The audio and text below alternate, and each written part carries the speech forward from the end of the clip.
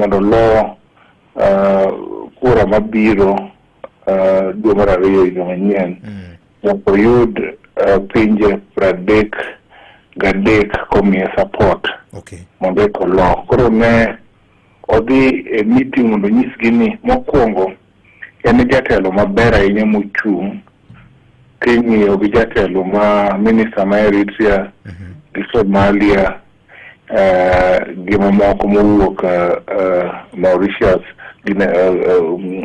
island of Mauritius. And nobody is the best leader or the best, and the CV maber moloyo. Kudwani mondo wari place ani chairman mar African Union en iluongo ni Musa Faki, then president machon mar Central African Republic, then jatelo machon.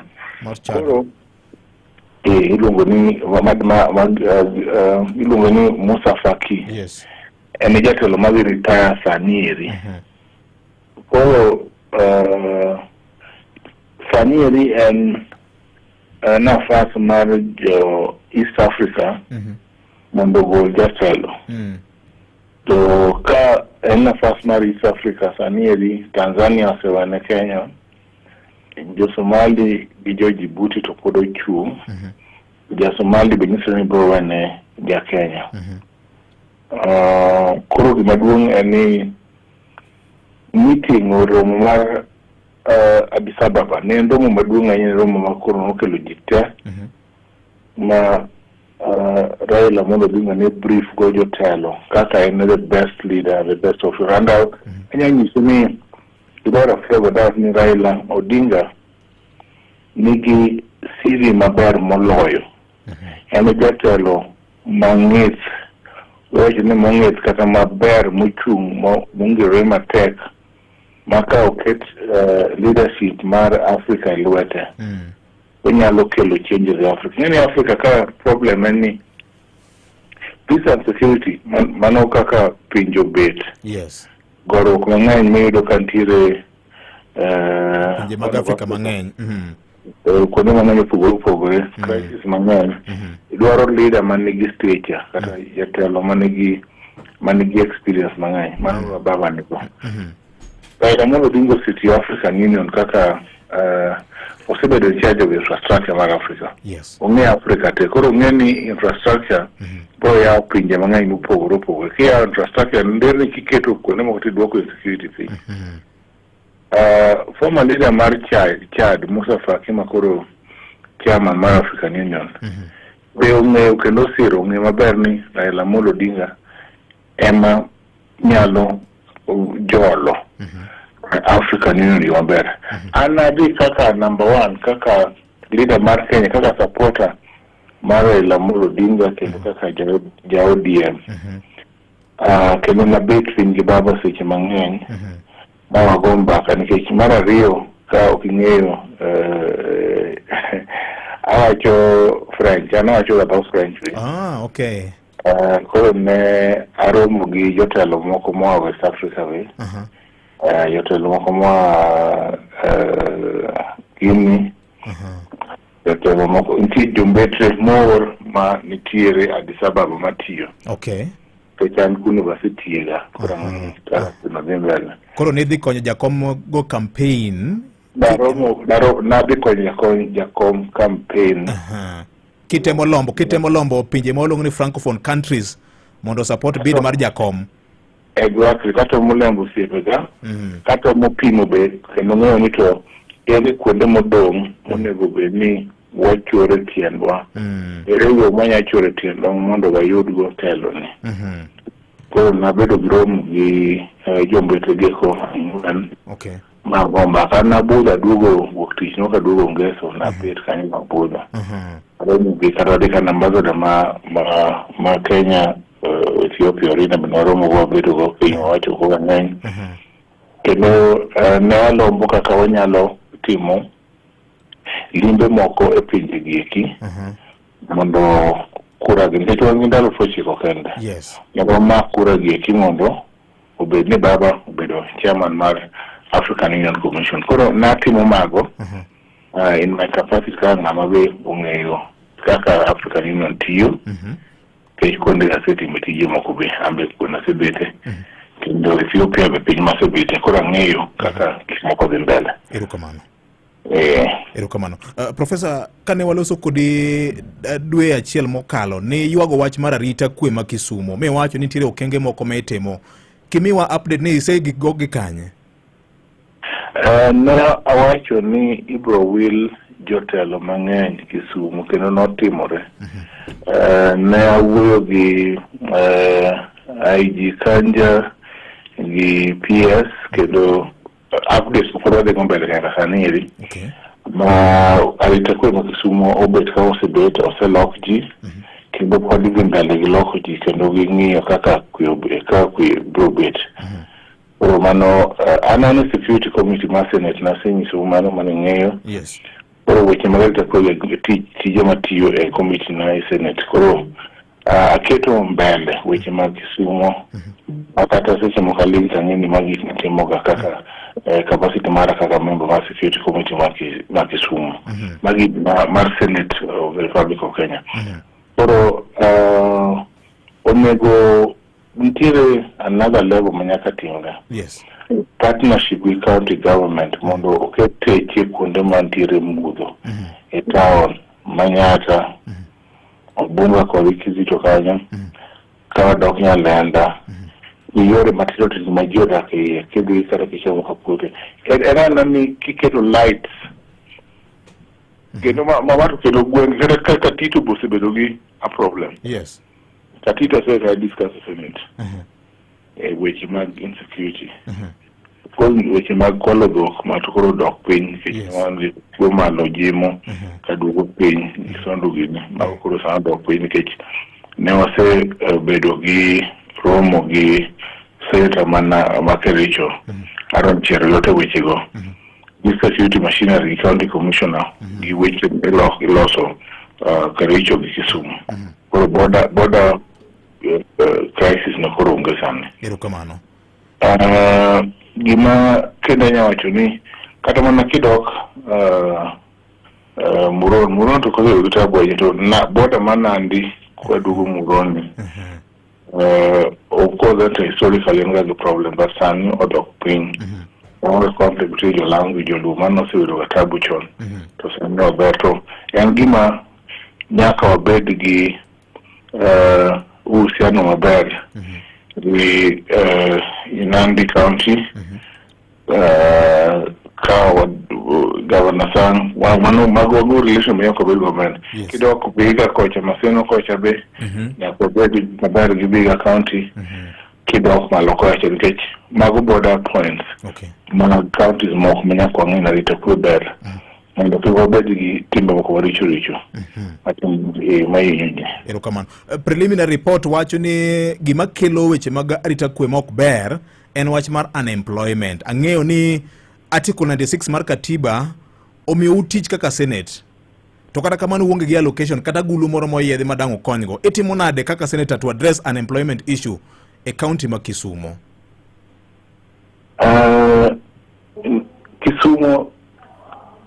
Kisumo nyanyisi ni straight away giwonego tim mokwongo kidwa unlock potential mar Kisumo gimokwongo manyaka focus on en agriculture mane gima duong' mogik ni pur nyaka ket at a new level or at a next level pur eyo ma nyaka nikech ng'eni agriculture devolved service ere kaka wanyako yupur yupur mokwongo wacha gi Muron gi Chamileria nengo niang' jogo chudo go piny so nyaka bed gi yo mar review nengo niang' mondo niang' okony jowa wa make sure ni cooperatives matero niang' e factory konyo ji walos ndeche mag niang' mondo farmers obed gi yo ma iterogo niang' e yo mayot ni waloso sugar bill kendo ne an instrumento kendo an mana achiel kuom kimunyalo nyisi ng'o ne wange won manyo wachorogo the Sugar Act wachore Senate wa mediation wachore magore kod ma president osaine makoren wan gi koro sugar board. Sugar kniri okelo framework mayot moketo wae kine maber, oketo wae zone maber gi jolang' ma ka yiero go beto wabro yiero ng'atwa. Mano mokwongo. Mar ariyo, sugar biro miyo funds kata pesa mabiro biro miloso go ndeche biro bedo mayot yudo mondo walos ndeche wa madonjo ei puothe.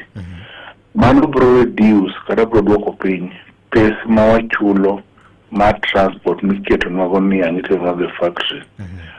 Mago biro miyo pur bedo mayot. Mago biro duoko, biro tero nengo niang' malo nikech input biro bedo piny. Mano biro miyo wa address kata mana nengo mar fertilizer mathago ji miketo puothe mamiyo niang' chiek.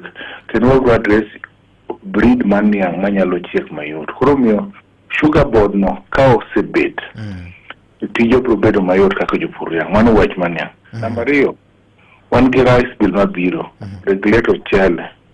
Mondo make sure ni mchele mipidho Ahero en breed maber manyalo konyo jowa. Wabed gi factory minyalo package mchele, wanya pack mchele. Farmers through cooperatives nyalo kelo mchele factories mabro loso mibro improve value ma mchele. Ok nya bet ni jo Ahero puro mchele kijiraya Ahero puro mchele gi jo Kibos puro mchele to sani koro wan gi factory manyo president nyo commission factory mar loso mar gine mar Kibos cha. Ano is okay. But Kibos rai Ahero mago rice ko inyeles. Here kaka wanya improve variety marwa. Wanya improve, wanya keto mchele bede price wanyalo konyo jo Kisumu kara jowa. Nyakwa wa made value ma mchele, nyakwa package mchele. Okubwa ni uso mchele chiro, ni mchele uso guderu. Mchele nyakwa package more made value kaka jo mwaya timu. Tibi mwaya, you'll go to nice factories, gitimo gi package jiuso, and it has value. Kano mchele, miyo jo chele tich mayot. Koro wan gi rice bill kata law maloso mar mchele, mabro keto mchele miyo jowa benefit mchele. That's now. Number 3, nitiere crops kaka avocado. Areas mag Chemelil, Moroni, Kidhi, Alwara, Kichomo, Kajulu, gin kuonde minya pidho avocado in a commercial way. Manyalo konyo ji. Kendo farmers kanya pidho avocado, because I will negotiate with some developers, partners, mondo avocado processing factory. Machal gini loso molos Kisii. Yes. Factory no kwa loso Kisumo. Bro miyo medo value ya avocado, kani bro miyo jidoke pur mag avocado. Because teaching no kinya konyo jinya kibed ni pur no the first thing no bro konyo Kisumu County, let me tell you. Nano bro konyo Kisumu. Then what okay, right? Very caging now. Farming, fish farming, fish farming or fish makori also ponds. Mano nyakwateri okni kuro santos anayudo fish, also fish mangany malo. Ponds, kawa kete fish maber, maloso, maoketo press, fisheries. Angeni business majo saniketo fingerlings at Victoria. But besides that, nyaka waket private fish farming mabro miyo produce right. Okni kendo Lake Victoria oxygen room right so kaka ingeni wasido dogi crisis marjo cage fishing. Yes. It's a legal framework. But when you see near fish farming, when you learn fish farming, so kwenye bwe sani waka fish ni jo Kakamega nigi fish mangai molo jo Kisumu. Get of 5 fish farms. Yes. In any fish farming, gimukia anyanyi sini someone like spokesman, former government spokesman Owino. Mwolo Reg and the fingerlings production mangany is a perfect example of how we should improve fish farming. And it's giloso pesa mangany yuma lots of fingerlings kata fish farming. Why encourage job? Of course, it needs pesa, about 100 or 200,000 to have a good gine good pond maber migino an ing'e apidho rech apidho nyanya apidho kitungu apidho gwen koro ing'eyo gima pur en kaka senator ang'eyo kata pidho gwen gatimo te koro nyaka wawer kare jowa mondo chak ohandi matindo tindo gi nikech konyo ikoni ng'ama jatelo maber en jatelo ma lead by example nyaka lead by example nyaka tim gigo an apidho gigo te kendo ang'eyo nikech ka gina samo kagolo rech mamiyo ji that is what we must do of course mana days for dog factories makisumo mati ng'eni gima nyaka tim gi county government the national government revive the cotton sector kata cotton industry kwa a lot of kikomi kano kadi kon noduogo my an important my ng'eni koro relationship maber ma ka national government oketo industrial parks maloso ma koro government okete national government oketo 250 million county government oketo 250 million nyaka county government be nyaka engage the national government mondo bed ni wanyalo keto pesa no e use manyalo konyo mono inchi because ka kwa keto kama youth wanyalo yudo employment to crisis money no Kisumu cha podobro betko nyakwa manye youth engagement kata employment ana setemo manyalo antanyalo officer watamoga miyo youth boda watemo miyo youth washing machines watemo miyo youth support mar biashara watemo miyo mine support mar biashara wasemiyo ji kata mana dhok wasemiyo ji rombe gi diek wasetemo kaka wanyalo mondo wang'e ni ere kaka youth man inyalo mi support mana watimoga throughout nikech wang'eyo ni ka ok imiyo youth support to youth biro donjo e weche moko maricho emomiyo asetemo kata mana Senate mondo akel kata mana bill mar sport mondo wakendo wa encourage sporting activities mondo wabed gi sporting academies e counties ma youth nyalo bi man gi talent nyalo tiyo kendo koro miyo watemo and we must try nyaka watem kaka leaders mondo wakony joma tindo odonje ohendni odonje tije otim gik manyalo konyogi e ngima mondo giwe yore maricho mag goruok yore maricho mag kelo tabu e town yore maricho mag ni josiasa kende ema ging'iyo mondo kony josiasa wa onego wuotho kony youth ikony mine be mondo donje ohendni walosu chichni wabe obed maber mondo obed chichni manyalo konyowa olosgi e yo makoro nyalo bedo kelo ni facilities makoro kata ka itimo andi moro matin andasiekra moro to kiyudo kony tinyalo ng'iyogo nyithindi kata family watu wabro dhi at the next level kendo wabro dhi mbele king'iyo ma ing'eni koro ka waluwo kana chichi mantie Kombewa, Katito, Muron, Kemeli roundabout, ichomo Katito, ichomo Sondu malo. King'iyo markets gite. The common denominator ni ng'ama loko en mama. To mama ni loko en wala matin. Kinyalo kata makonyo minye 200 kata 100 ka leaders oriwore wakonyo mine giki. Wanyalo nyisi ni ji biro bedo mamor kendo at least ngima biro bedo yo maber nikech mon gi emorito chuo e delni mwadak giki. Erokamano. Nikech ma samoro nyalo biro gi paro moro ni los kata mana trade fund bill moro maloso kiti moro minyalo mi godo mine gi some revolving fund mar boost godo ohelni matindo magitimo. Mana setim ase kelo statement kendo mano bill mana se propose magi wonego beni county assembly ma Kisumu mokalo. Yes.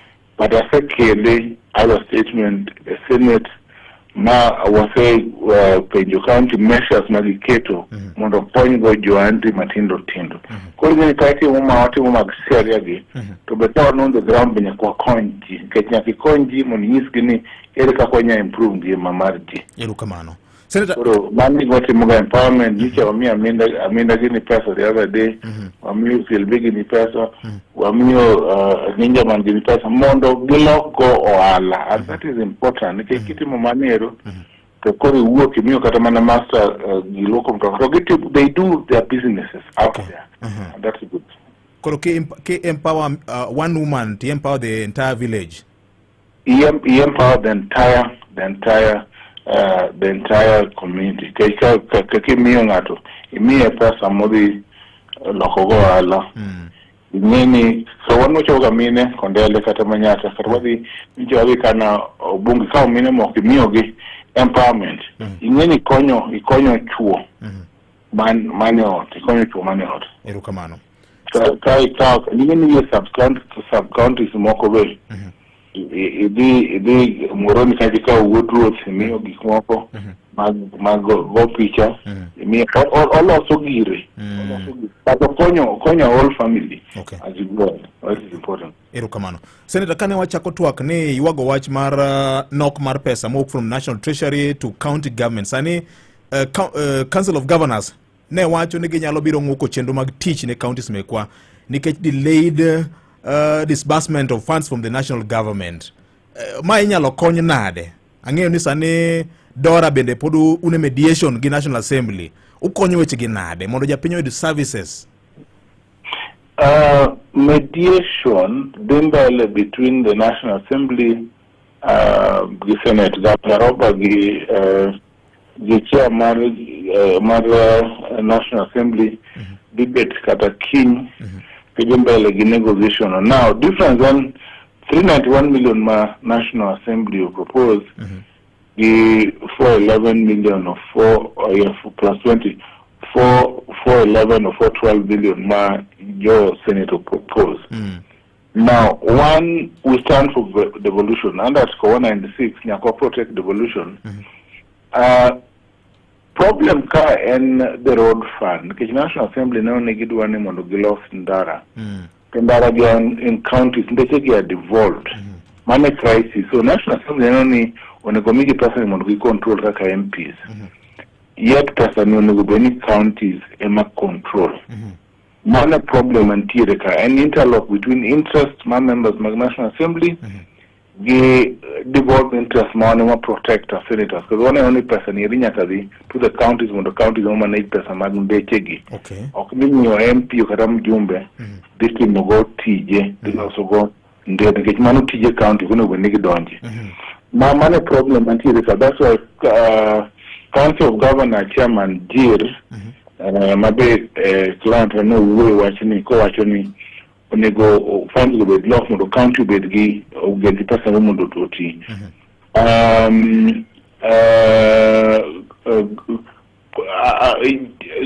gini the interlock or this thing onego loss in favor of counties. These counties mondo be no strengthen mondo team major pain okonego be no ma counties pesa omiyo nera ila molo dingo si we watch mar person kendo I support holy gimano wacho. Nyaka wa solve this problem in favor of counties. Ndindi nyoro okonego bedni no protect interest against peace yet. MPs gidwani mondo make counties pesa matin. So I stand with the Council of Governors. I stand with Raila Odinga on this one. Kendo counties onego med pesa 20 billion Raila.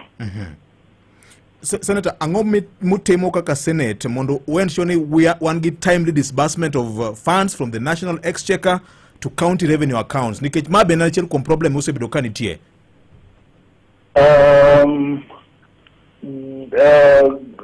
Ingeni anabe and vice chairman mar county public investment committee. Yes. Wasero Mogenya Kango or the control of budget. Wasere Mogi Minister for Finance, CS Finance, Mbadi, previous his predecessor be on timely disbursement. Contractors change the counties. Contractors the system of contract igaro chiro karandara di pesa ni kore ka poko chuli. It's a very discouraging situation. Koro wase wacho weche mag timely disbursement. And give us a Karamanagi, the vessel of the president. Was he saying, in terms of disbursement, one new counties in good time. The deputy president, Manenti Chon, standing one of the professors in Dikimatia IBEC. That is one of the issues when the governors, Council of Governors, deputy president, or being able to prioritize this issue. Many I mean, I'm get up can get council governors being any client, and I say I'll watch me chon. Yes. Yes. Koro, and senator, but and give a massive prioritize because counties can meet priority. Eka to pay pro window. Take home our person account. They talking about the account because you didn't 2 months. Very bad delay, and very very bad delay. Okay, county is going to the Nico County the co-op as a bank. Want to choose salary. Co-op as a bank to interest to work, and the interest now you're paying loan interest. It is no side. So this is Mano is an agenda manya kwa team sani. Wabro push it and we profit indicate disbursement of any continuous mokne beko which achel kabishari. Angeni Professor Kithure Kindiki Deputy President no siep ni Magita Gidel eneja komar IBEC koro ma en wach mangeni sekuodho ne kendo dhi mana nyime mondo push mondo jo counties oyud konyruok. Nyaka push watch now because that is important. Of course, Kindiki to watch Wagmo board. I will make sure we will make sure ni magi more than the counties suffer unnecessarily. Erukamano. It take delay my disbursement. Nitie challenge moro machielo mar on source revenue ni wache motelo kacha samoro counties okosebedo ka chiwo the reality mar their on source revenue ma paro ni kata mana controller mar budget ose wuoye ga menga kaka senate ma ochung ne tego devolution utemi ango mar ni on source revenue data obedo moro ma reflect the reality on the ground. On source revenue and pes ma sirikal collect or cow co-work teach my circle wanyisi ana county public investment kwa winjo gigiki yes makwongo serikali yuroga pesa magichoko yore mag usuru migole parking makwongo gigole chiche majintie gigole osiptende majichule pesa gigole yore magingado Ismaglo transfer, gigole rates, gigolo pesa mang'eny magiyudo kuom wananchi. Budget of pesa mingi Kisumu County from Texteka and around 12 billion apart. Mimi onyongo every financial year. Pesa ma county golo and about 2 billion from one source revenue. Pesa magi collect in about billion ariyo kalo kanya date. Around there, Ario. Now, problem in pesa gisi samoro ka okochoke yo malero samoro ginyalo lal direka. And nikech eventually pesa ginyaka tere bank eka gidok kendo eventually gidhi treasury eka giduogo. Unless me Kenya Revenue Authority or manage collection or team you maler. Every county nyakabed give problem our own source revenue. Okay. In yaparo ka governor wanga no donjo Homa Bay. Or increase own source revenue by 100%. Kamane Governor Awiti Nayudo 20 million, over 200 million. Within just, she need wonders. Koro, on source revenue is a problem account. Kenya yudo carry kata collection mechanism moro ma bear man online systems now we collect electronic systems issue through M-Pesa and without cash to be till direct non interference. Let me tell you, Kisumu County nyalo bedo gi a lot of money. Framework my collection is a big problem. Leakage kuro bedo matin ni pesa odhi kanye.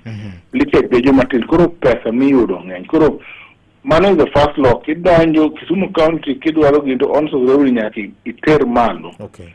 By making sure every system of collection is electronic. Pesa be directly malo makwongo. That's why the second thing will change. Homa Bay no lokore just within a very just one financial year. More of just collection. So money is a problem for counties. Erokamano. Senator, nitire whistleblower protection bill ma bende is under your name. Okang'eyo ni paro mane manyo ingo sami kelo draft bill ni? No, whistleblower protection bill is just and then mana weche mag protect your way wacho weche moko mag corruption kata mag lal mag funds moko. Wadwa ni mondo gibet protected mako ka at least ka wacho weche moko ma ogine ma omulo leaders moko. Ko onge ng'anya dugo goyi kata negi kata inyi. Mane omiyo kelo bill ne because that is an important bill for public management. Kamano. Wasebedo kwa noka koko osebedo kanti mang'eny ahinya kind governors gi senators. County ma Kisumu kata noka weche oleng' thi. Ang'o matimore? Koso leng' no bernde. No, actually ng'ato nopimo ni Migori waneno ka koko osechako bedo kind governor gi senator. Ingeni chone kana watiro tunawinjo ga wer mono ma ogo to chieng' no yer to owene ogingo dinga telo. Yes. Kone machino ugo to cost lingberna ni wer mono edo nawinjo ka tindo. Yes. An Kisumu County. And the vision. And the vision is this. I will allow Professor Nyang' Nyong'o to govern. Okabiketo governors matek ni sechete en gorwo gininde ndara gidhao mang'eny apana. An adopt a framework mar strengthening kata konyo sirikal mar county ma Kisumu. Ka weche maricho I'll point out in a structured manner.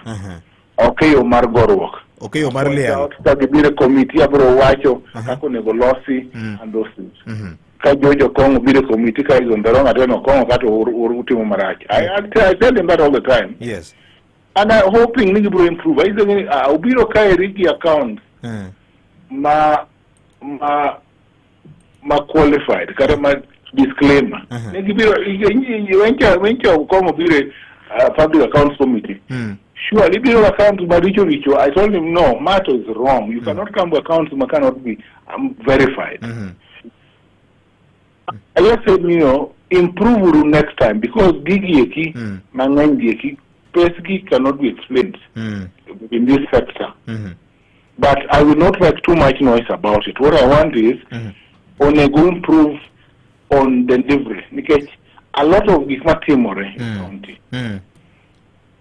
Iyodoka governor may not even know. Somebody care because it's a technical level. Nyoro hostels magsia, nyo governor will be in force. Yes. Wangi accounts no kumotim Mark Bayer. Of course governor would not know. It is the accountants matimo which magosi tende masia ematimo okotimo account iyo maber. Kono wadoge do tim gige okendo. Get the correct figures. Okobi, we will not tell the governor, new officer does not know, in as much as when the CEO under Article 279 of the Constitution, but technical things gik moko malaure e giki get function marjo mani pin giki. The technical persons are accounting officers under the governor. Karjojo Kongo ka Kisumu karjojo kanyo, those are the issues, and they must be straightened. Competent officers manyalo tiyo tich maber. Okay. And no, it's not the governor. Governor, he comes at the top. You told me Wasimo Mago, and now we're supposed to instance last week on the accounts mag Papunditi, hospital, accounts mag Kombewa, accounts Magaro, accounts Magarashia, the district hospital. Magone gubernwa ngiyo te, Imu Road, awase, the gubernwa ngiyo accounts go te, from the government okunya biro. So nwasa ngiyo, we were the weaknesses, kata loopholes. Koro, mago gikmobure accountant gi CC finance, ango mutimuka. Then ukitwende mokonge gi management boards be ungi. Koro, you cannot, okinya ngiyo framework, ikmatimore, a detailed management magusiptende. That is number one. Number two, kidwoge now public accounts. Kingiyo accounts, kaka expenditure timore. nitie leakages mang'eny ma nyaka iwachne nyaka penj joma timo accounts kara jondiko go mae no dhi kanye, where is this figure giki ok balance. No governor would never know. That is the problem in governance. You don't, unless you need your eye for account midwork, you cannot have that time to deal with every package. At the level of receipts, at the level of Majikoro Ikete figures, as governor any yonge, and you cannot know. Koro mane umio, nyaka every governor madonjo, nyaki me ni bed officers, me ma are entrusted, ma bear manual deliver with competent staff. Otherwise, county doing it becomes a problem, and you will end up sacking everyone. Come on. Koro nyaka wadin fuok manitiere obed within our legal architecture, our processes command, eka wabedo jo makare. Moloyo siemo governor eliel, yudo platform eliel ne ma ok timare maber ma ok timare bari. Wacho ni time in a structured way. Ya mago gik mo kanya timo bana okan gino kan sangwen okanya yenye eliel mago gik ma below me bana professor bana ma professor ga mogo buk okaja pa kamano professor kamano professor ni chako gi wach mar pek ma osebedo kantiere a health system marwa mi wacho kanyo transition from NHIF to SHIF ne egima isebedo kitemo ng'ane na ng'eni weekend mokalo chien nyohin gi medical camp moro manyi ikelo jo chiw thieth moko mar konyo jopiny. Ipani en yo mane madang ber godo weche mag thieth ma is a devolved function. No akelo da tuoche Russia jo diabetes mane support mane watimo mondo wa make sure ni healthcare wabro dhi mbele every year wabro kelo different professionals jo high blood pressure jo malaria, all sorts of diseases mondo wakony jo Kenya, jo Kisumu County. But mara reyo wanyisi mae. Transition mar SHIF, mar NHIF to SHIF osebedo gi problem. Jo mokalo maina nche tuo, maina jako ndelo mabete roundabout kacha, nyo tuo. Card ne oktiyo go na simu, kuka oro singa alphabet, obio thiedhrego.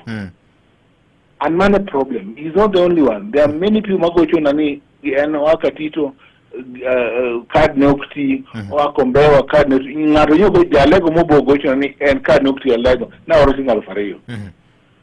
So nyakoloskini nicha waromo gi won piny teacher angwen to nyise ni wa chief ni wa lawsuit ke chief no miyo serikal max ke no wacho ni gino ose push and to last week teacher kelo questions are dead ne CS Mar Health on this question. Kechwa duote mokonyo mondo wabed ni wan gi seamless transition from NHIF to SHIF. Okune udeni jisagore. Health sector angema ber, I understand it.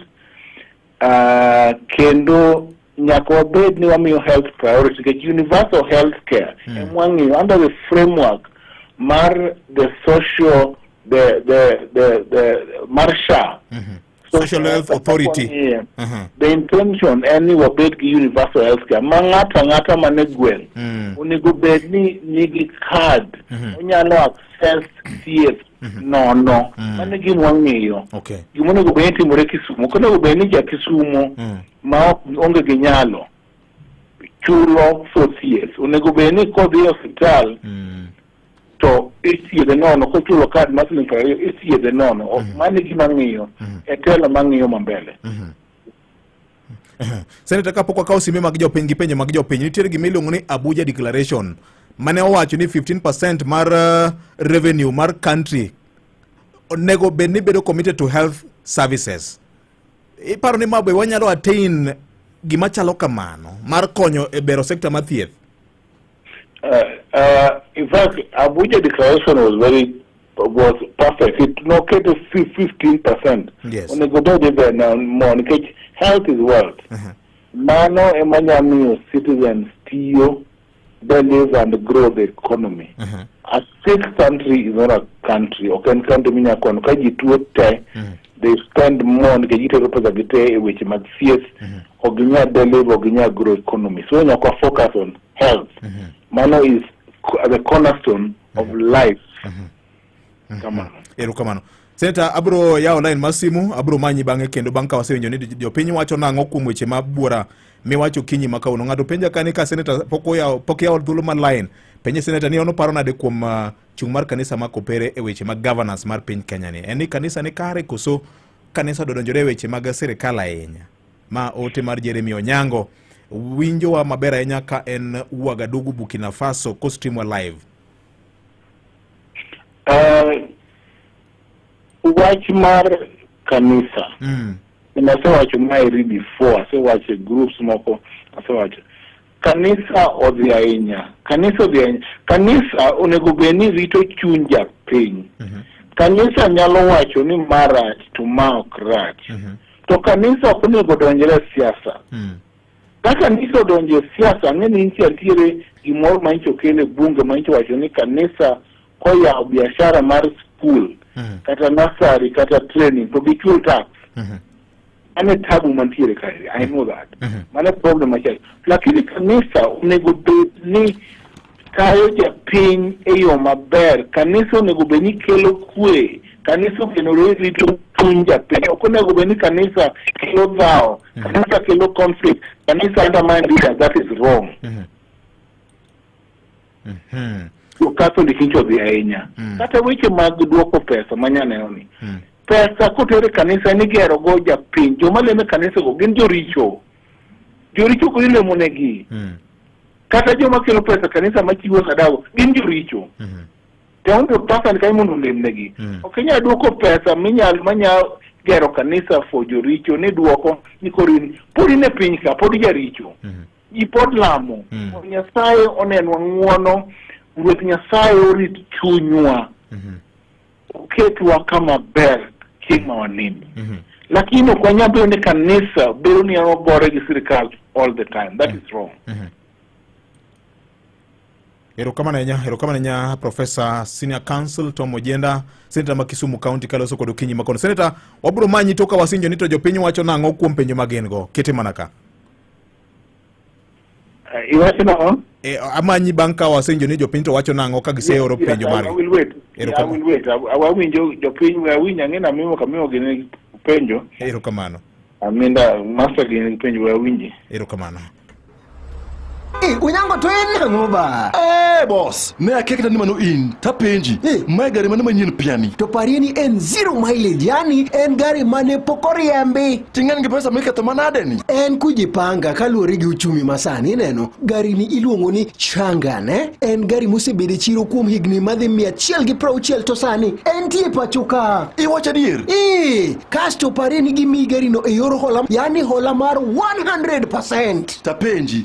Ka ng'ato dwaro mar ohala kaka marani bed muse gin ko double cabs, SUVs, saloons, mini trucks e kin geche mamoko. Changan Auto yudore kochakore e nengo mar $2,000,000. Yud nonro mar gari, otindo mauta, en kod warranty mar higni 5 kata warranty mar kilomita 100,000. Bende inyalo chudo e yor hola. Lim showroom marwa Lusaka Road kata yua tol e namba ma en 07800 235 368. Changan Auto, a vehicle for every need. Mondo dung'ono Nyasaye mwere kod Rosemary Ogonya featuring Solomon Mkubwa kaka station mari D*811*343#.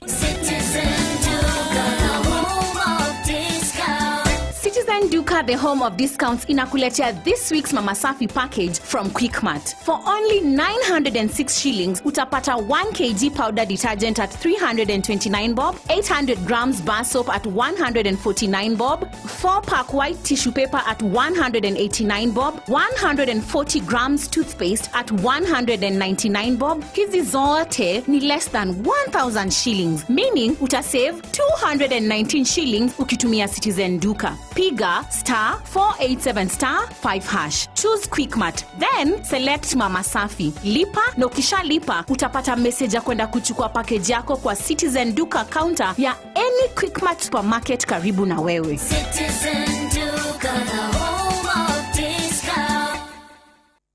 Bwana, wadi wachie. Bwana, beni na pira nyoru. Beni Euro Files. Wan kod gik mathoth machando wiwa. Kata kamano, tich to nyaka wati. Steam Energy Drink medi teko mondo miket pachi e gima itimo kaka chwedo tich, somo kata ikore neno opira. Yudi Steam Energy Drink mondo iket pachi e gima itimo. Steam Energy Drink, power up, game on. Overspending? Nil. Monthly fees? None. Financial stress? Nil. That's right. It's not an era, it's the new era. Step into the new era with NCBA. Visit your nearest NCBA branch to open an account and enjoy no monthly fee banking. Tuendembele, not new era. NCBA. Go for it. NCBA Bank Kenya PLC is regulated by the Central Bank of Kenya. Mana kama nonya kwa Mugajwang bang yudo ote kata milo magduka kokalo kom studio Maramogi FM ma en thuolo mari kakaja county ma Kisumo.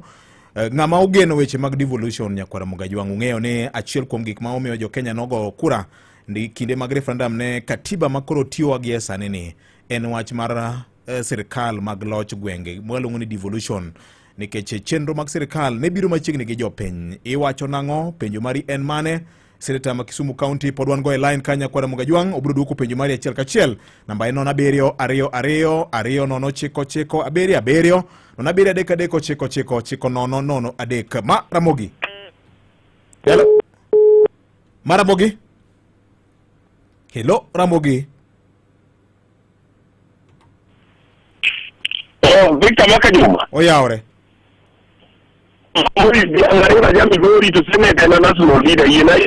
Yes, penjo mari pio. Apende kama. To kare majito pengo ni kia okuchiem gija komdo no bika disababa na nyoma chiri udak no dia disababa mugi. Achu kode waj bar kanisa. Kanisa ni use gerbo na ni siasa. To kakore jotel kanisa dwari yabo pesa. To giri yabo kose donja tonga. Ginye na alema ne jiduoko na emle maje lichuno. Ta emo duoko no ler ndi tu podene pini. Wadwani siasa na gubi makigoe siasa. So jokan jochana nyakasia kanisa. Niki jatel mokle mukija biru jatel. Ahora gingunya yala seriously. Ero kamano. Maramogi. Ya Maramogi. Oyaore. Oyaore Mukajuma inade. Anti mabera inya. Ilo sababu ya mtumba kama Kisumo kendo jeta youth ma Kisumo. Yes. Machigni abuja ya mtumba. Mwatuna professor tomo yenda kendo manu uda ileta amor di weche mawacho kendo weche mawacho wa Makajuma. Yes. Abo tika kabisa dimtana wasine. Wande ka chiro makibuye onge sitima to onge pi. To taka moro bene nika wasego ikoko. County ma government na Kisumu okuinjwa otime gimoro to gimugik Wall Street light na Kisumu opetnwa ke security kaka nwa kwa sana gima ber kabisa kendo krebi kaka ni negotiation kana ye kode kabisa mugik abenda ya business na mukwa ene kojo obusa malo mondo gikboko de maber kaka hoto bende je wote wa mamoko na bido witness kako pogo pesa nage business aye ko 100%. Ero kamana nya Maramogi. Hello Oyaore Oyaore ne yamo awachone ya ben Victor iluongi ni ngamo kuongo iluonga na Bega Chemelil machigna Bega kani Chemelil awachone ya yes aluko ka governor uwe wa security senator security na Kisumu. Yes. Why security has kabisa turuaniki OCS moro. Mama onto ndere ni Masongo. Otago ji kabisa jamu makotago kabisa. Moyo sidan. Kura wacho yo konyo moyo serious kanti mera nyoche kongo kanyo makimo omaye piko ne. Amano maya piko makoro kodi ko dwaro 10,000 15,000 no miye kosa ni piko puro dwaro pesa moko tamore lo mu ya abstract man no kende oka kondo atiko no nyeo abstract no la ni koro kodo ngora to bwana na wacho ni se koro dwaro pesa puro tamore abstract no lo mu na nyaka sa ko yo konyo e man lero kamano Musa yenyagi wacho motimore no senator biro duoki Maramogi Oyaore woden Oyaore machigni Uma Wachara Woodland. Wachara miya wach. An gi weche ariyo kende gi profesa. Mokwongo. Profesa en kaka legislator kendo ng'ama duong' ma winjo weche mag chik. To moloyo weche mag peso kod lokruok mitimo. Mokalo kuonde mitimo momako weche mag health. Yes. Adwa na penj profesa niya. Waneno ka lokruok mar NHIF kabie SHA. Olokore gima lis e Kenya ka ma samoro sirikal to okawe serious kuom jopiny. Adwa na ang'e ni to nitiere bodi moro manokone mondo gilos transition ma smooth magolo ji NHIF katero ji SHA. Ne ginyalo kwayo mana pesa moro ma ok nyalo romo kata mana 800 million. Mondo mi ne ginyiew software magitim budgeting maber magiket transition makare mondo mi koro ka ji wuok e NHIF ka ji dhi e SHA to en chandruok mok chak tegi. Okay. To jogi ma koro waneno ni e SHA kende pesa moket ne en 1.4 billion. As a legislator, kendo representative mar jopiny, obiyo nyisa ni shida ni kanye to ng'ama wuondo ng'ayo gini. Okay. Mar ariyo, adwa na wach ne profesa ni gik matimore e piny Kenya gin gik ma ok wanyal kawo for granted. Ok wanyal laumu kanisa, to bende ok wanyal chayo gi denda ahinya. Nikech kinde moro chien ka niwinjo kikoni jo kanisa oleny ahinya. Waika kes ma koro notimore ne president. Media houses makuru binyaka ukoni chi. In a situation my get kanisa kata no jianda ko jo kanisa by phone moro. People go. Bang'e no kisati ko ni duoko ne nikech gino ko siure ni yo makari ne sai ok ne ugwede di. En achaya moro kose niso luor moro kose umo wang japiny. Erukamano ahinya. Senator bro duoko penjo go. Jahera mar chenro mar wang'o nyango tich mateka ema kelo keyo. Seche mitiyo mateka thothne riyo makowa kendo waol. Kata kamano seche ma riyo maki teko dok chien inyalo medo teko kendo inyalo tieko riyo kod math makare mar Pepsi. Sani Pepsi yudore duka moro amora mantiere machiegni kodi. Tok mano kende wantiere kod kidienje mopogore opogore mag math kaka Pepsi Cola, Mirinda Fruity Orange, Lemon, Green Apple e kind mamoko kaachiel kod math mayom mar Mountain Dew. Nele mathoth tudri kod Ruth e Radio Ramogi chakre wuok tich nyaka tich abich saa 4 nyaka saa 7 mane chenro mar wang'o nyango nikech ticha to nyaka tire. Pepsi, thirsty for more. A little sharing goes a long way with Safaricom. Dad, thanks for helping me find those shoes on IG this morning. Your internet shopping skills are on point. Of course. Maybe you let me say. And thanks for sending me that TikTok dance. Atim Nasabaga, it slapped me. Aki, Dad, no one says that. Mom, thanks for the call before the quiz. Who knew you'd be so good at remembering those dates? Well, I do try. And thanks for sharing those hilarious memes on the family WhatsApp group. I needed the laugh. My day was going sideways. And when they come home, the connection gets even better. Guys, the show is starting. Are you guys ready? Just a minute. Let me finish this online course. Almost done with my game, Dad. Just after I beat you. It feels good to share with Safaricom Family Share from Safaricom Home. You can now enjoy a home fiber connection with a voice, data, and SMS plan that can be shared with up to 5 members of your family. Experience the convenience of paying for your home internet and mobile plan on one bill. And what's more, you get up to 20% off on your mobile connection with more value for you and your family. Dial *400# or go to My Safaricom app to add Family Share to your Safaricom Home Fiber. Weche matuch ka kod kacha. Wan kod yondamo kondamo mar yango ni matimore kor gwengewa. Kokelni gi sabun mar luok mar Sawa Long Lasting Family Bath Soap. Oyaure nyakwara magajwang kendo machiegni mar yudo weche manyien ka gin mago motuche kor gwenge nyinga Vincent Otieno. Kawacha gi kaunti ma Kisumu kama oyudo ni jago moro mawuok e gweng' ma Pauteng mayudore Awasi moro ni sub county nyotongo jaode ma onego tieno mane piny orugodo kawuono bang' ywaruok mag udi bede kindgi. Gie sani obila ma Chemelil sub county ma Muhoro ne odino ne jagono bang' kanyo make tok timo tim makoch machalo kamano. Ringre miyono manyinge Christina Kinyi nyoyudi ka oriere piny remo e dalagi manie gweng'no ma Pauteng. Kolore gi lipot mar obila en ni koro nyar miyo manyonegi no ma jahigni 17 ne owacho ni miyono nyowuok oko dhi mako simo moro gotieno. Gino bende nyokelo gwandruok e kinde gi jaode ma nyochwe onegi. Obila ne olero ni achijno ma nyinge Paul Waore okelo wachore ni gie thuolono nyoka obeti ma otongo godo miyono marach mokalo e wiye kod toke magikone to koro ochwero remo ma nyokelo thone. Bang' mano achijno nyotemo mondo mi okaw ngimane owuon e yoderuok, to kata kamano mano ok onyago lemo motelo ne apisa mag obila make kendo loro ne tesend obila ma Chemelil. Imedo winjo weche manyien gi Vincent Otieno. Komachielo en ni telo manyien mar jobodaboda e sub county ma Lagos Songe County ma Siaya ochako wuoth makoro geto kelo lokruok e sekta no kokalo yore mag tiyo tich achiel.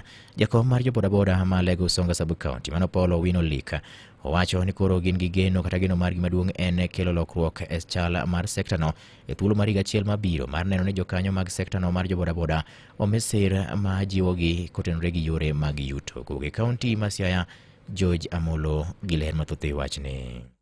Kaluwore gi jakom riwruok mar jobodaboda e sub-county ma Lagos Songa migosi Paulo Wino Lik, gin gi chenro mar kelo lokruok mar rie e sekta mar bodaboda no ero kokalo e neno ni gijiwo yoregi mag yuto. Wadwa wan kaka joboda mantiere in Lagos Songa, wadwa bedo unity an gadier within next 1 year mabiro bodaboda sector ok dhi bedo gima chal kama, kendo wadhi bedo united, wadhi rango kaka puonjo nyithindwa, wabro neno kaka wadhi create jobs iwa wan wawegi. Makta jo credit makelo pikipike ka in a few years wadhi bedo kod companies mekwa. Migosi Lik nowacho wechegi tok yiero manyobagi mar jotend riwruok mar jobodaboda ma West Lego, kama jakanyo mar riwruogno Morris Owino notielo e dwaro manitie mar mondo mi gibed gi kwe kindgi ka osingo ni gibiro tiyo maber gi jogo moyier. Adwa mnan mondo mi ago erokamano mathoth ahinya kuom kwe mwaseneno, kendo waseneno lony makende kuom johala wadwa ma jobodaboda ka gikelo horok makende, kendo waikre ni tiyo kod jalno moyudo loch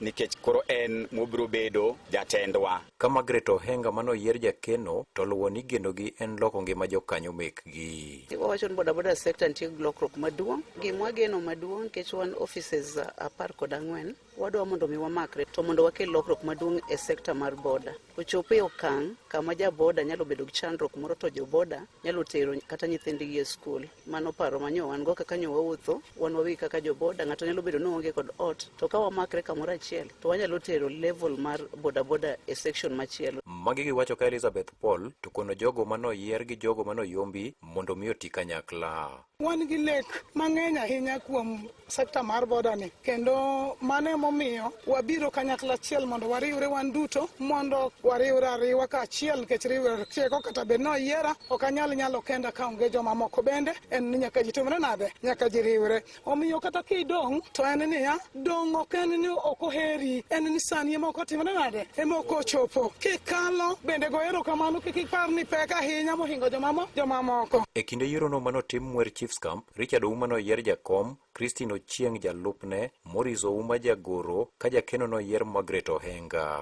Ne Radio Ramogi e kaunti ma Siaya, an George Amolo. Imedo winjo weche matut e kor gwenge gi Vincent Otieno. Jalup gavana ma kaunti ma Migori Joseph Mahiri ma bende nyolose kine nyasi mar dhialo odiochieng' mar chope piny mangima. Nyasi no bende nyobagi skul primar mar Rokore mayudore Kuria West sub county nyonyiso jodak e gwenge makono ahinya to e kaunti ma Migori mondo mikoro kaw thuolo mar nyayo weche mag ler. Ma biro sta bende ripoti yango ni kaunti ma Migori nigi kwan atamalo marom 42 mar kuonde machope okwako. Kwan makamano koro kel gi weche mag ler ma bende itimo gi oganda mawuok e gwenge makono. Chenro mabende giwacho ne gichako higa mar 2014. Medruok mar kwan mag chope kaunti ma Migori omiyo familia mawuok e gwenge maromo 2,756 koro thegore gi weche mag losruok aoyaye e bunge kaka ne rik gitimo e kinde mokalo chien.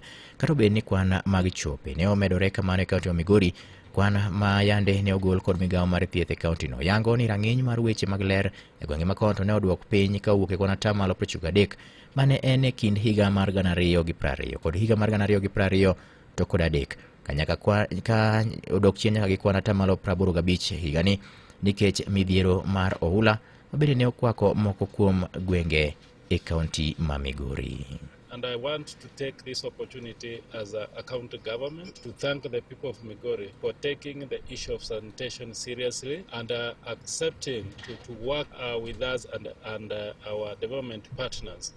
Because as we know, sanitation is very critical as one way of ensuring that we reduce the visits to the hospital, because it controls much of the diseases which are spread through water and also sanitation. Because as you are aware, Migori of some time back, it was known for cholera outbreak. I know of recent it's rare cases, and in case it comes, it's controlled immediately because of the initiative that the county government and national government have taken. Imedo winjo weche matut e kor gwenge gi Vincent Otieno. Ka podwan mani kaunti ma Migori Nyakwaramogi en ni piny owacho mar kaunti no kokalo bad migawo mar weche mag lope koro buogo mar kawo lope mag piny owacho bende ne omi ji giwegi mondo mi koro gichwal chenro opogore mag dongruok. To kata kamano ne gikawo lopego mag jwang'o kendo koro lopego nindo nono monge chenro moro amora mar dongruok ma itimo e giko ke kaunti ma Migori. George Juma giler mathoth e wachni. Apisa maduong' e migawono mar lope kaunti ma Migori Andrew Mwera wacho ni nitie lope mathoth ma piny owacho ne omiyo oganda mopogore opogore e bombe mondo koro gitime ohala. Kata kamano moko kuom lopegi koro we ninda kohala mitimo malong'o to koro onge. Owane gi omiyo piny owacho ne ochiwo lopegi ne oganda en ni mondo koro giti kod yo makare kendo gichul kata mana omenda ne piny owacho gino mowacho ni moko kuom joma nomi lopegi koro ok tim.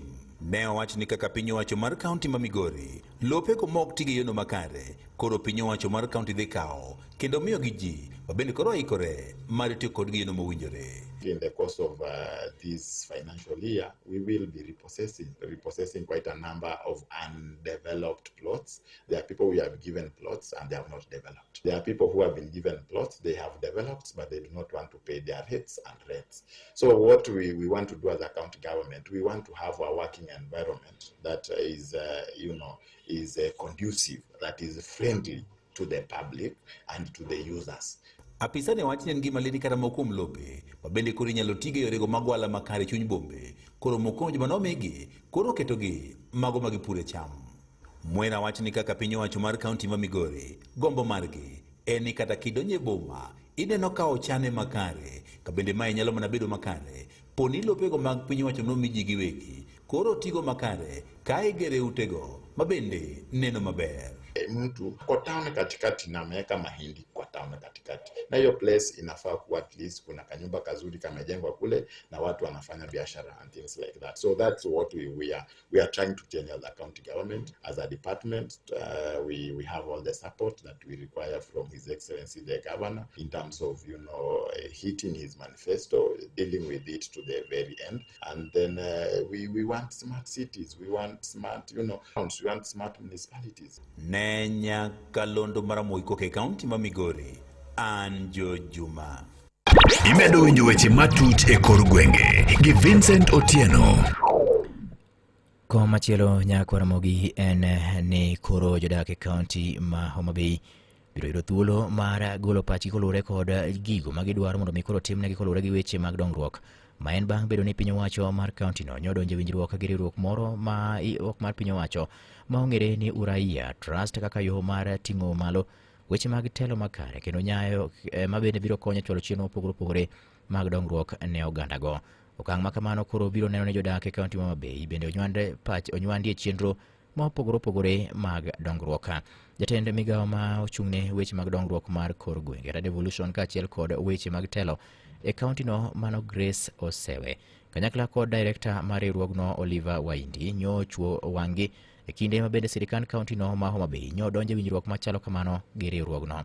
Osewe ne owacho ni koro winjruok ma kamano ichiwo thuolo makende kendo thuolo makare ne jodak e kaunti ma Homa Bay mondo mi koro gimbe gibed gi ng'eyo kotenore kod dongruok kata gimoro amora chenro moro amora mar dongruok ma sirikand kaunti no timo kaachiel kod mago ma bende de giher mondo mi timnegi gi piny owacho mar kaunti ma Homa Bay. Kae korka kod director mar riwruogno mar Uraia Trust mano Oliver Waindi gi jal mochung'ne timo tudruok kata coordinator Jafet Ojijo to nyowacho ni counties moko mathurka nyaka gie sani onge kod chike malong'o e wi chenro mar kawo pach oganda ma bende koro konyo chwalo chenro mag dongruok ne joluto ombulu. Imedo winjo weche matut e kor gwenge gi Vincent Otieno. Vice Chancellor e mbalariany ma Moi Isaac Kosgei okinyi masani igeno mar biro dhi duoko penjo e wach mibadhi makoro miene mar chenro moro mawachore ni ne otiye gi omenda maromo bilion 2.2. Ma en achiel kuom nonro masani dhi nyime ma bende timo kod duol mar EACC e lipot mar mibadhi motiap kod kuo mag omenda masani koro wachore ni otimonewa e mbalariany no.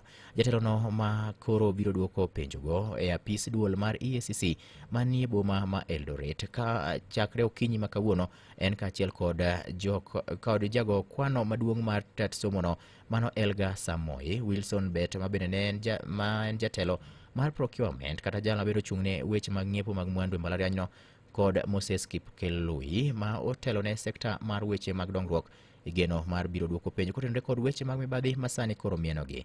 Kosgei kata kamano itudo kod wach mar bedo ni ne otemo donjore gi nonro madhi nyime sani kendo tamore mondo mi koro chiwo oboke kata documents mochuno mane inyalo tigodo gi apisa mawuok e duol mar EACC konyogi e timo nonro kotenore gi wach kata weche mag mibadhi masani koro otimonewa e mbalariany no.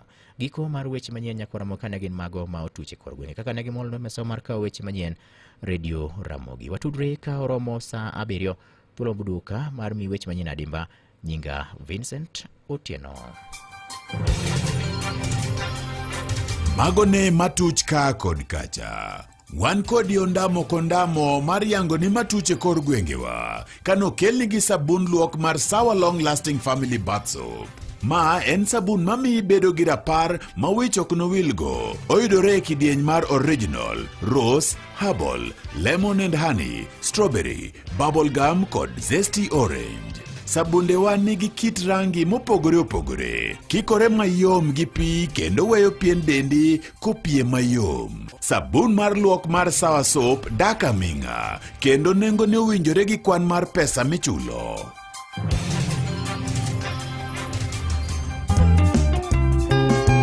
Gorko domino riwo lwedo Diuru maber uge City Kisumo.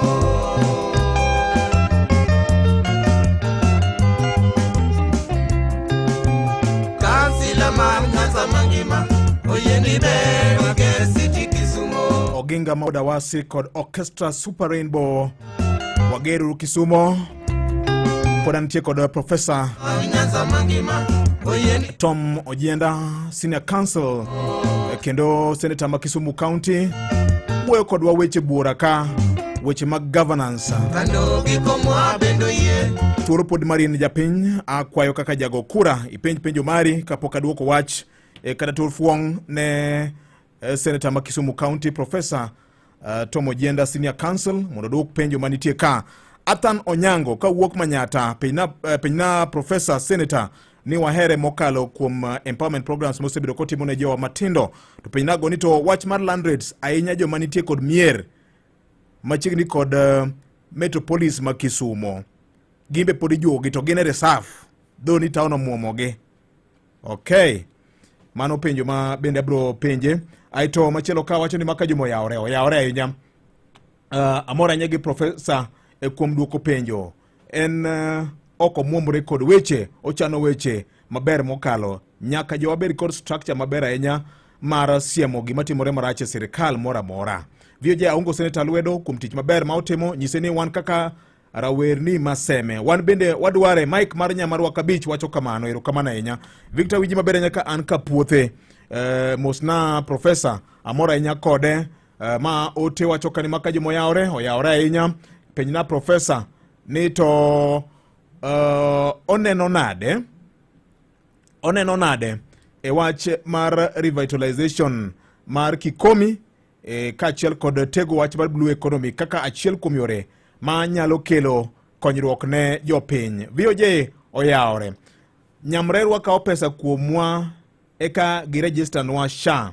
Ben gima chiko puodho. Giwachono ni gin mag bundles. Penjnwa Senator ka gima kamano ni kare. Paul mar Nyakach Bungumeri nene kamano. Maka jomo yawre.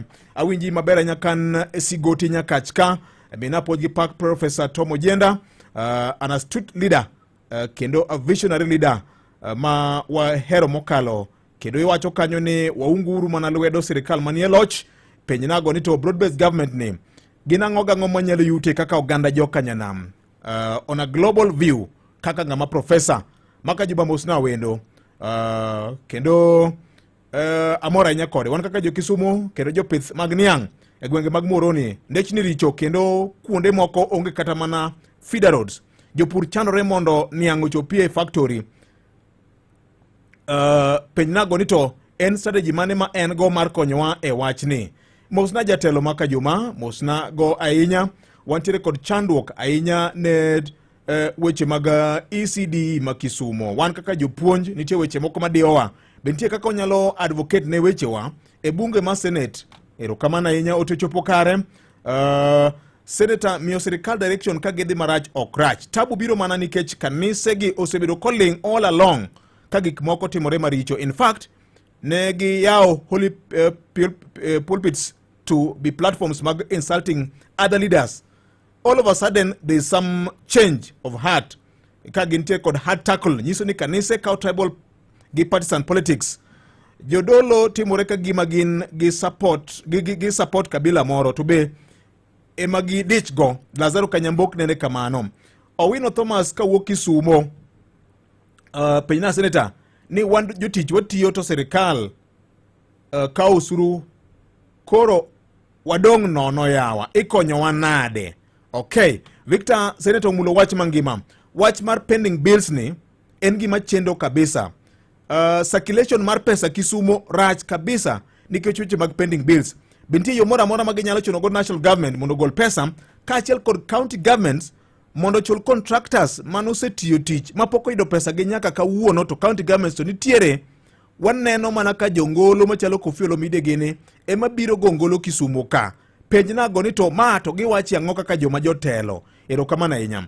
Victor, wach mar border disputes between Kisumu County ahinya contestation manitiere e chiro Maseno. Senator wachi ang'o to gitimo nang'o kod Senator nyawadgi ma Viga County Osotsi ma ote mar Albert Onyango kanite dala mar Maseno wacho kamano e ote mareka. Erokamano nya Victor mora nya ko Senator marwa kalore koda kako sebedo koyalo ne ODM by extension Azimio la Umoja on pro bono basis. Gine wiye ma wadwaro sama idwaro yawuoyi ngire ojienda gine e joma ikwano. To penjnago ni to be oneno ka jakom nigi high chances mar yudo kom mar AUC ni nikech Jaji Butticha neno ka gima nitie jomoko e Kenya ka madwa duo pi malo. Erokamano ahinya. Hello Ramogi. Jerry Makwonde, Center of Excellence, Academic Powerhouse. Erokamano wuod Nyakach, Center of Excellence. Wendo mokwongo. Nango? Jerry mbere kama network niti maber. Nango? Nyakwere Market. Nyakwere Market. And South Nyanza kwa tagaladi sema chuke 99.9% kwa kone nimetije meto. Makwata be Professor Miriam Manoga roka niwe na beta advanced structure moro. Oko manyu wadani mundo vyo gero Nyakwere maaneyo. Jomosa kaufa da Kisumu tete kivi dipante mara morende komani kwe bill. Onya lodu kolwa koda kwa kala receipt mundo konyo ako. Okay. Penje penye kotodu kwa pesa wako kele receipt ofisi kumai. Lodu kwa pesa jomose pay. Erokamano. Maramogi. Hello, Ramogi? Maramogi? Oyare Busambo. Oyawre machigni? Ma baba twins mara njeni. Mia wach telo. Emos na wakili. Okaw mos. Yan kontengo mokare mokwongo. Yes. Kisumu kaneno ka vijende mangi art wati jokman kod lani yore mag goro kata mana ndeko gik moko mabecho. Yes. En kod par maber kod kijende gi to mar ariyo. wan kod kembe mane ndiko Kisumu ka kede kaka Kikoni nyalo ka kambi mogore kod ng'etne gin kod wan kod paro maka ni nyalo chiwo kambi mondo ok yet ne gi genda job sitting sani tichonge to yo gitavare kambi ina chuni wan ko sana da kamano erokamano. Hello, oyawre. Hello. Aruyo jai. Oyawre. Aruyo jai. Oyawre ne ya motelo. Ali ko jango mo ko mumra I don't want kwa kungu. Yes. Penga professor. Yes, kumbe manya katika ndi onge ya makidi kiro jatuto yakapana doringi yoto kindu kata mana chini chuo jatuo nyeyo mana ka wacha ngopende na marare. Yes. Ni tiere county kingi maka ne tio ponto le todo ngura ne ni tuji ayenye. County government masari ni mano be ginyalo wuoye mondo meja piny kata ka tio ponto iro ka tin kana ni ma todo. Erokamano. Penjo na mogi. Nitiere osiptende mana chaki gi loche Ranguma gin gi kwama nyaka sani mano to giwachi ang'o japiny inore malich. Okay. Aya. Mara mogi? Victor. Oyawre. Victor, anamori professor. Professor zatimo ber kendo tije ber weche mag University Kisumu. En manene ken the best manyalo loso Kisumu come 2027 kendo wala mani Nyasaye kuyie polos na Kisumu nikech na Kisumu sabari mang'eny. Gik moko timre ber weche mag health sector rach. Weche mag development rural rach kabisa. Koro wala mani Nyasaye ni ka nyalo patendo ni sabento loso Kisumu maber. Erokamano. Lufu gi ndada malo ko chogo. Erokamano jawreda malo kaniko chogo kano nyando. Mara mogi? Veka luonga ni chade jaja kindu be wuor ko nyango wanga donje. Sani kora wene jo Kisumu kende chadi jabei oge line. Adwaro jo Kisumu County koro sani mondo mi adwok turfuong ne Senator Professor Tom Ojienda Senior Counsel mondo walung weche manitie ka oyawre. Oyawre. Iluongo ni ng'a Woodluo? Iluongo ni Ajo Jose. Iluongo ni? Iluongo polo super ka nyaka. Apelo professor niya. If this mang'eny kata plus nyaka winjo gibedo solve shida nyabedo ni kani mo nyako nyawana. Erokamano. And then school moro nitie na Apondo. Apondo?